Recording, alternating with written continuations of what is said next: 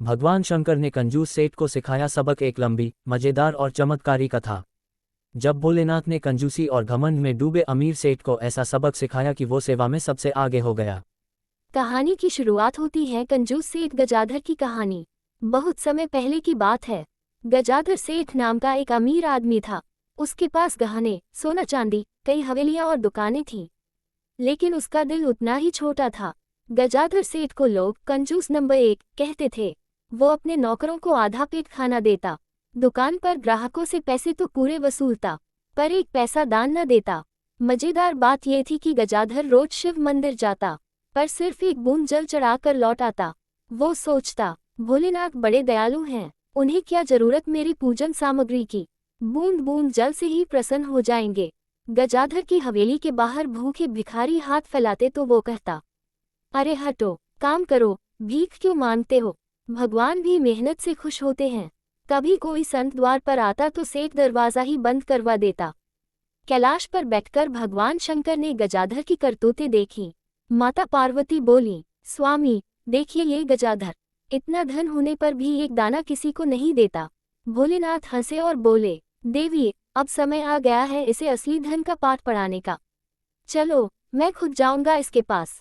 रात के अंधेरे में शिवजी ने एक बूढ़े साधु का वेश बनाया। शरीर पर चिथड़े कपड़े, हाथ में कमंडल और आंखों में अद्भुत तेज। सुबह होते ही वो गजाधर सेठ की हवेली पर जा पहुंचे और बोले, सेठ भोलेनाथ के नाम पर कुछ भिक्षा दो। सेठ ने ऊपर से नीचे साधु को देखा और बोला, अरे बाबा जाओ, मैं खुद गरीब हूँ, मेरे पास देने को कुछ नहीं, जाओ आगे किसी और के पास। साधु ने विनम्रता से कहा, सेठ दे दो, एक रोटी ही दे दो, शिवजी तुम्हारी तिजोरियों को भर देंगे। सेठ हंस पड़ा, मेरी तिजोरी तो पहले ही भरी है, तुम जाओ बाबा, मेरे घर का दाना बहुत कीमती है। साधु मुस्कुराए और बोले, ठीक है सेठ, अब देख तेरी तिजोरी का असली हाल। जैसे ही साधु ने अपनी कमंडल से हवेली पर जल छिड़का, तिजोरियों का सोना मिट्टी में बदल गया, चांदी काले पत्थर बन गई, अनाज गोदाम में सड़ गया, हवेली की दीवारों पर दरारें आ गईं। सेठ सिर पकड़कर बैठ गया, अरे ये क्या हो गया, ये बाबा कोई जादूगर था क्या। रात में सेठ को सपना आया, वही साधु प्रकट हुए और तेज रोशनी में बदलकर त्रिशूलधारी भगवान शंकर बन गए। भोलेनाथ बोले, तारानकन तारानकन गजाधर, धन वो नहीं जो तिजोरी में बंद हो, असली धन वो है जो भूखों को खिलाए, प्यासों को पिलाए। तू कंजूस था इसलिए तेरा सोना मिट्टी हो गया, अगर अब भी सीख ले तो मैं तुझ पर कृपा करूंगा। तारानकन तारानकन। सुबह सेठ ने अपनी गलती मानी, उसने अपने गोदाम का अनाज गरीबों में बंटवाया, तिजोरी में जो सोना बचा था उससे गांव में अन्न क्षेत्र खुलवाया। हर सोमवार को वो सैकड़ों लोगों को भोजन कराता। धीरे धीरे उसकी खोई हुई संपत्ति लौटने लगी। गांव के लोग अब उसे दानी गजाधर सेठ कहने लगे। गजाधर सेठ ने शिव मंदिर में बड़ा दान दिया और वहां एक नया भंडारा शुरू करवाया। कोई भूखा न लौटे। अब वो खुद अपने हाथों से शिवलिंग पर दूध और जल चढ़ाता और हर भिक्षुक को भोजन कराकर ही घर लौटता। असली धन वही है जो दूसरों के काम आए। कंजूसी से धन बढ़ता नहीं, सेवा से बढ़ता है। भगवान को दिखावा नहीं, दया चाहिए। शिवजी भिक्षुक रूप में कभी भी हमारी परीक्षा ले सकते हैं। अब गजाधर सेठ पूरी तरह बदल चुका था। उसने अपने पुराने गोदाम को गरीबों के लिए भोजनालय में बदल दिया। हर दिन वहां 500 से ज्यादा लोग खाना खाने आने लगे। सेठ खुद रोज सुबह मंदिर जाता, भोलेनाथ को दूध भोग चढ़ाता, फिर अपने हाथ से भोजन बांटता। लोग अब उसे देखकर कहते, ये वही गजाधर है जो पहले एक रोटी देने में भी कांपता था। गजाधर सेठ की सेवा की खबर पास के गांवों तक फैल गई। लोग उसे आदर से सेवा सेठ जी कहने लगे। शहर के राजा तक को उसकी भक्ति और दान का पता चला। राजा ने खुद आकर सेठ से कहा, सेठ जी आप जैसे लोग ही समाज को रोशनी दिखाते हैं। सेठ ने सिर्फ भोजन तक ही सेवा सीमित नहीं रखी, उसने अपनी हवेली के पास ही गरीब बच्चों के लिए गजाधर पाठशाला बनाई, जहां बच्चों को मुफ्त पढ़ाई, किताबें और भोजन मिलता। इतना ही नहीं, उसने एक अनाथालय भी खोला, जहां बेसहारा बच्चों को घर और परिवार जैसा प्यार मिलने लगा। शहर का लाट साहब अंग्रेज अधिकारी गजाधर सेठ से चिढ़ने लगा, क्योंकि सेठ के भंडारे और पाठशाला में लोग एकजुट हो रहे थे। लाट साहब ने सोचा, ये सेठ सबको अपने पक्ष में कर रहा है, इसे सबक सिखाना होगा। उसने झूठा आरोप लगाया कि सेठ ने सरकारी टैक्स नहीं चुकाया और उसके गोदाम को जब्त करने के आदेश दिए। रात में सेठ ने शिवलिंग के सामने बैठकर रोते हुए कहा, बाबा, मैंने अब सबको खिलाया, बच्चों को पढ़ाया, फिर क्यों ये संकट आया। जैसे ही उसकी आंखों से आंसू गिरे, शिवलिंग से तेज प्रकाश निकला और भगवान शंकर प्रकट हुए।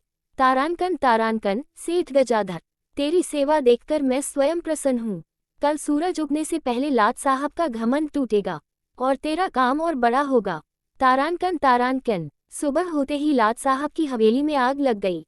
उसकी तिजोरी में रखा सारा सोना पिघल गया और उसने घबराकर ऐलान कर दिया, सेठ गजाधर निर्दोष है, उसका भंडारा और स्कूल सरकार के संरक्षण में रहेंगे। रात में भगवान शंकर फिर से सेठ के सपने में आए और बोले, तारानकन तारानकन गजाधर, अब से तेरे स्कूल और अन्य क्षेत्र में जो भी बच्चे पढ़ेंगे या भोजन करेंगे, उनके परिवारों पर भी मेरी कृपा बनी रहेगी और जब तक लोग सच्चे मन से सेवा करेंगे, तेरा नाम अमर रहेगा। इसके बाद सेठ ने गांव-गांव में भंडारे शुरू किए। हर सोमवार को जगह जगह भजन कीर्तन और भोजन चलते। गांवों के किसान, मजदूर, व्यापारी सब एक साथ बैठकर खाना खाते और भगवान शिव का नाम लेते। हर हर महादेव, जय सेवा सेठ गजाधर। जिसने अपनी गलती मानी और बदल गया, भगवान खुद उसकी मदद करते हैं। सच्चा दान वही है जो भूख मिटाए और शिक्षा दे। भगवान कभी अपने सच्चे भक्त को संकट में नहीं छोड़ते। एक व्यक्ति की सेवा से समाज में बड़ा बदलाव आ सकता है। गजाधर सेठ के स्कूल, भंडारे और अनाथालय की गूंज अब सिर्फ शिवपुर तक सीमित नहीं रही। पास के गांवों, कस्बों और शहरों में लोग गजाधर सेठ की सेवा की मिसाल देने लगे। देखो, पहले ये सेठ कितना कंजूस था, अब भगवान की कृपा से राज्य का सबसे बड़ा दानी बन गया। लोग उससे मिलने आते, उससे सलाह लेते और अपने अपने गांव में सेवा केंद्र शुरू करने लगे। गजाधर सेठ ने अब अपनी सारी संपत्ति से गजाधर सेवा ट्रस्ट की स्थापना की। इस ट्रस्ट के जरिए हर महीने राज्य के 50 से ज्यादा गांवों में गरीबों को भोजन मिलने लगा। जगह जगह छोटे छोटे स्कूल खुले, विधवा और बुजुर्गों के लिए आश्रम बने और बेसहारा बच्चों के लिए कपड़े और किताबों का इंतजाम होने लगा। राज्य के कुछ लालची अधिकारियों को ये सब पसंद नहीं आया। उन्हें डर था कि गजाधर की लोकप्रियता बढ़ने से उनकी सत्ता कमजोर पड़ जाएगी।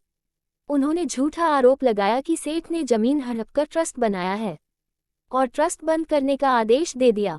गजाधर सेठ ने रात को शिव सेवा भवन में शिवलिंग के आगे बैठकर रोते हुए कहा, बाबा, मेरी सेवा को बंद कराना चाहते हैं, ये सब आपके नाम पर कर रहा हूँ, फिर क्यों ये परीक्षा। तभी तेज आंधी चली, शिवलिंग से दिव्य प्रकाश निकला और खुद भगवान शिव माता पार्वती के साथ प्रकट हुए।